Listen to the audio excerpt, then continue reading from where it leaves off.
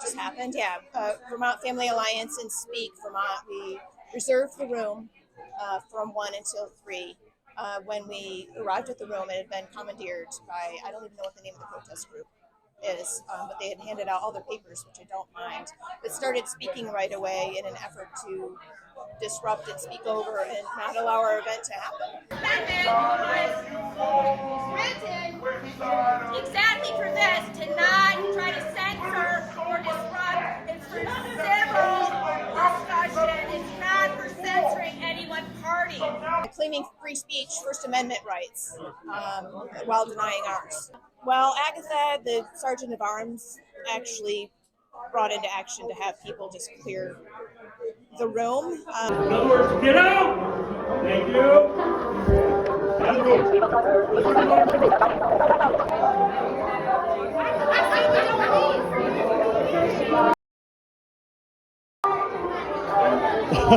Still, even though they were being disruptive and singing and dancing and shouting, that I wanted to try to attempt to speak because we had reserved the room, and then if Agatha wanted to proceed from there to shut it down, that she could do that, which she did. So it's sad and unfortunate that the First Amendment is really about civil discourse, right, and not censoring one group over another. So actually, our First Amendment rights were denied in this case in favor of a group that was disruptive. Why did you guys shut it down? Just what was going I on? wasn't confident I could ensure people's safety.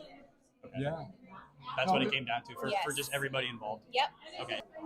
Agatha was asking us to step down, and I felt like I needed to make an effort to try to hold our event. And I expected that they probably would escalate, and it exposed their behavior. Yeah. So it sounds like, talking with Agatha, the Sergeant at Arms, and what needs to happen almost immediately is some rules changes by the legislature to accommodate when groups have reserved a room. We had the room reserved, the other group did not. That there is a certain level of decorum, and that the group who is disrupting, they can join and sit there civilly and can have discourse. But there needs to be rules around civil discourse. That's not under the First Amendment for one group to just be able to outshout the other, and whoever outshouts the other, then they've won their First Amendment rights at the sacrifice of the other party.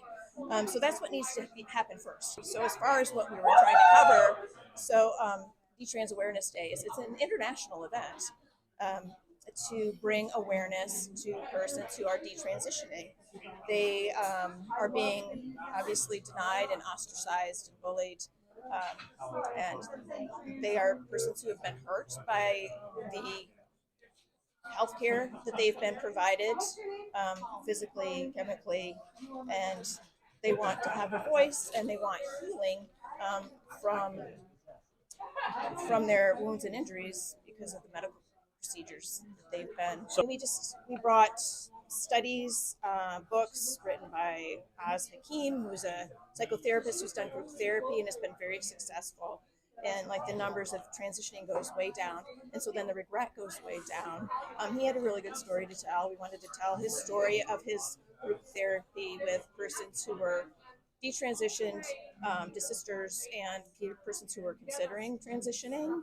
And a lot of fewer people in group therapy decided not to transition. What